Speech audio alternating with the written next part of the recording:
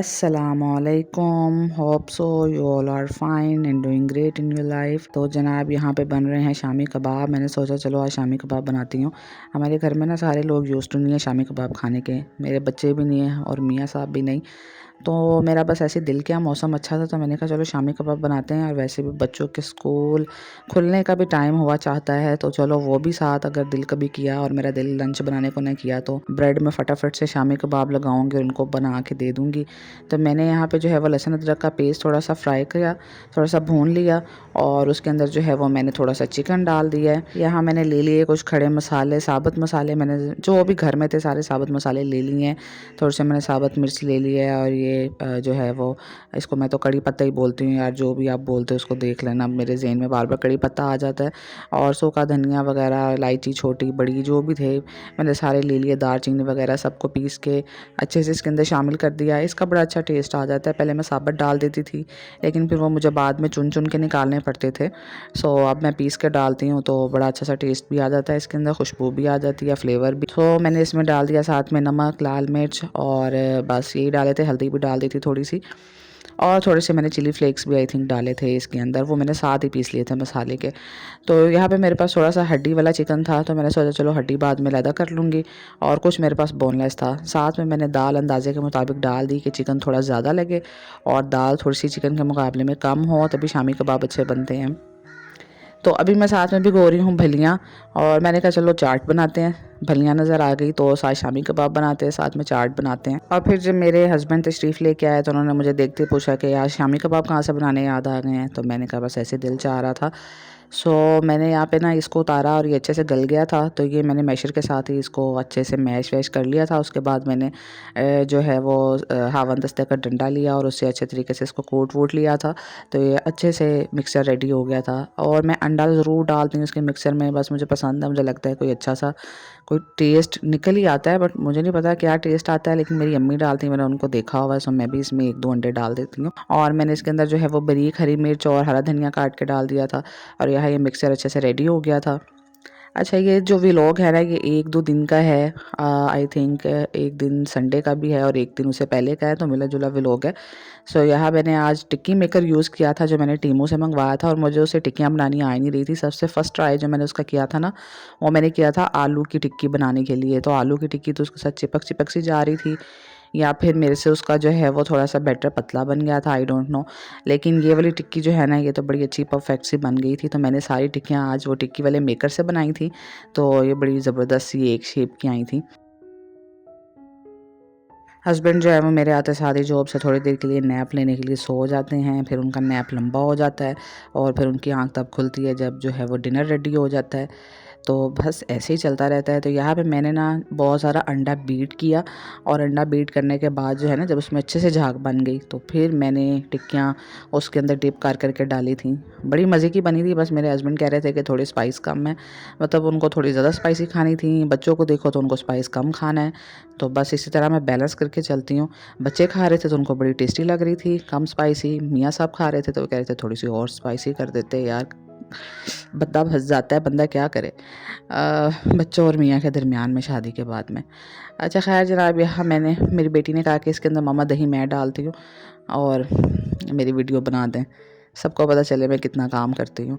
सो ये इस तरह के काम, छोटे मोटे दही डाल देना और ये चीज़ें इनको करना बहुत पसंद है। मैं भी कहती हूँ चलो कर लो। ये जो जेंटल पेरेंटिंग है ना, सॉफ्ट पेरेंटिंग, ये बड़ा ही मुश्किल काम है। खैर ये इस टाइम पे अगले दिन का संडे का लेज़ी सा व्लॉग है और बड़ा सुकून था माशाल्लाह माशाल्लाह अल्हम्दुलिल्लाह संडे वाले दिन। और सारी रात जो है वो बारिश भी होती रही और बारिश हो रही है ना, तो बारिश होते तो उन लोगों का ख्याल आता है कि जो बेचारे मतलब सैलाब में डूब रहे हैं, अल्लाह का शुक्र अदा करना चाहिए। जो लोग सेफ़ पे हैं, सेफ़ मकामात पे बैठे हुए हैं, जिनके घर से सलामत हैं। लेकिन जब भी बारिश होती है तो फिर ख्याल आता है कि यार अल्लाह इस बारिश से बेहतर खुशकी है कि वो भी हमारी तरह के सारे इंसान हैं, लोग हैं, बड़ी मेहनत से घर बनाए हुए हैं सभी लोगों ने, चाहे किसी के गाँव में है, देहात में है, कोई बेचारा अपने जानवरों को बचाने की कोशिश कर रहा है, कोई घरों को, तो अल्लाह सब पे अपना रहम करना। सो जनाब यहाँ पे सुबह के वक्त जो है वो मतलब संडे नमाज़ पढ़ ली थी मैंने और देखिए इधर कमरों में लाइट्स ऐसे बंद थी ना जैसे कि फुल सोई हुई हैं। हालांकि ये सैंडविच का इंतज़ार कर रही थी। ये बहुत तेज़ हैं। हम माँ बेटियों को सुबह सुबह भूख लग जाती है, इधर नमाज़ पढ़ी और इधर संडे के बाद हमारा खाना पीना स्टार्ट हो जाता है। और जो दूसरी वाली है वो भी लेट के सोच रही है कि कब मुझे मेरी माँ ऑफ़र करती है और मुझे सैंडविच देती है और मैं उठती हूँ। सारे बच्चे रंग बिरंगे होते हैं, कुछ तो खुद ही खाने पे कब्ज़ा कर लेते हैं, माँ के हाथ से छीन के खा लेते हैं, और कुछ होते हैं वो बेचारे सोचते रहते हैं कि माँ हमें प्यार से देगी तो फिर मैं उठूँगी और खाऊँगी। So she is waiting. तो जैसे ही मैंने उसकी तरफ बढ़ाया, फ़ौरन से भाग के उठ गई और हम लोगों ने ये शामी टिक्कियाँ 2 रात को बची थी, तो वो खा के एंजॉय की। सो अभी मैं सुनाती हूँ आपको बारिश की आवाज़। स्टिल बारिश हो रही थी, सारी रात होती थी, इतनी तेज़ बारिश की आवाज़ आ रही थी। बारिश तो चलती जा रही है, 2-3 दिन हो गए हैं, 2 दिनों से आई थिंक चलती जा रही है बारिश। तो शाम के उसके बाद जो है ना मतलब सो गए थे हम लोग, मैं भी सो गई थी, सारे सोए हुए थे, तो मैंने सोचा कि मैं क्या करूँ? तो बच्चे भी सो गए, मियाँ साहब भी सो गए। मैंने कहा लास्ट है संडे का, आज किसी को तंग नहीं करना, और तो फिर मैं भी सो गई। तो बस जब मैं उठी तो आज पाए आए हुए थे, पाए बनाने थे। मैंने भी पहले तसल्ली से नींद पूरी की सारों के साथ, मैंने कहा मैं भी पाए जो है ना अपनी मर्ज़ी से आराम से बनाऊँगी। इनको सैंडविच खाने के बाद, उठने के बाद फिर जो है ना मेरे भूखड़ बच्चों को भूख लग गई है। अच्छा, मैं उनको क्या कहूँ, मुझे वैसे ख़ुद भी भूख लग गई थी, और मेरे हस्बैंड तो बाद में इतराज़ कर रहे थे कि सबने जो है ना वो खा पी लिया और मुझे उठाया नहीं है, मुझे भी सैंडविच बना के दे देते। तो यहाँ पे ये इसने बनाना का मिल्क शेक बनाया, और ये अपने पापा के लिए भी बना रही थी साथ में कि मैं अपने पापा को अपने हाथों का पिला लूँ मिल्क शेक। तो ये यहाँ पे सबके लिए सर्विंग ग्लास में डाल रही थी, और मेरी बड़ी बेटी जो है उसको स्टील के ग्लासों से बहुत ज़्यादा मसला है। उसके मुताबिक जो है ना हम सारे पेंडू हैं, स्टील के ग्लासों में पानी पीते हैं, स्टील के ग्लास जो है ना होने नहीं चाहिए। मैंने कहा कि भई हम स्टील के ग्लास में पी लेते हैं। वो अपना शीशे का ग्लास लेके आई थी, फिर उसको याद आया शीशे के ग्लास में मिल्क शेक थोड़ा आएगा। पहले उसने स्टील के ग्लास में डलवाया, स्टील के ग्लास से उसने अपने शीशे के ग्लास में डाला, और फिर उसने इस तरह कहा कि मुझे भी पूरा हिस्सा चाहिए। तो यहाँ पे इनका प्रोजेक्ट वर्क शुरू हो गया, और मैं मीनवाइल पाए चढ़ा दिए थे ऊपर। और आजकल मेरी इस जगह पे ये जो है लैंड माफिया की तरह कब्ज़ा करके बैठी रहती हैं, मेरा बिल्कुल कोई सिलाई का काम नहीं हो रहा है। आज इनका ये लास्ट है ये प्रोजेक्ट्स बनाने का, अगले दिन इन्होंने स्कूल जाना है। ये हुरिया की ड्राइंग्स हैं, दरमियान में इसके बाबा ने ना यौम आज़ादी के बारे में लाइंस लिख के देनी है, सो शी इज़ वेटिंग।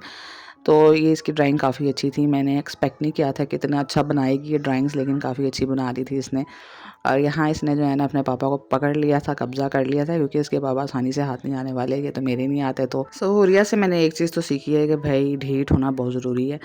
और मैं हादिया जो है ना वो बहुत जल्दी से रोना शुरू हो जाती है, ज़रा सी एक डांट पड़ गई है, किसी ने कह दिया कि मैं काम नहीं करूँगा, तो वो बिल्कुल बस छोड़ देती है उस बंदे को। लेकिन मैं उसको यही समझाती हूँ कि ज़िंदगी गुजारने और जीने के लिए ढीठ होना बहुत ज़रूरी है। तो यहाँ इसके पापा इसको जो है चार्ट पे दुआएं लिख के दे रहे थे सोने और जागने की, और ये पास बैठी जो है ना वो उनको मोटिवेट कर रही है, और मैं यहाँ पे आके अपने वही कुकिंग का काम कर रही हूँ। कुकिंग का काम मेरा ऐसे होता है कि बस ये तो मैं बीमार भी हूँ ना, तो कुकिंग का काम करना बहुत ज़रूरी है। बाकी सारे घर के काम छोड़ दो, लेकिन कुकिंग बहुत ज़रूरी है। जनाब यहाँ पे मैंने पाए चाय बनाया, और बाहर का जो है ना वो देखिए मौसम कितना ज़्यादा अभी भी वो बादल वाला हुआ है, सारी रात ऐसा रहा है और सुबह भी ऐसे ही चलता रहा है। हमने ना नाश्ता वाश्ता किया, एंड देन जो है ना बच्चों का रूम जो है मैंने थोड़ा बहुत क्लीन किया। यही मैं बात कर रही थी कि जेंटल पेरेंटिंग, सॉफ्ट पेरेंटिंग कितनी मुश्किल है। अगर आप बच्चों पे चीखते चलाते नहीं हैं और प्यार से समझाते हैं ना, तो बस फिर भूल जाएँ, बहुत लंबा अरसा चाहिए बच्चों से काम करवाने के लिए। समझ नहीं आती है, सब कहते हैं कि आप जो काम करेंगे बच्चे देख के आपको वही काम करेंगे।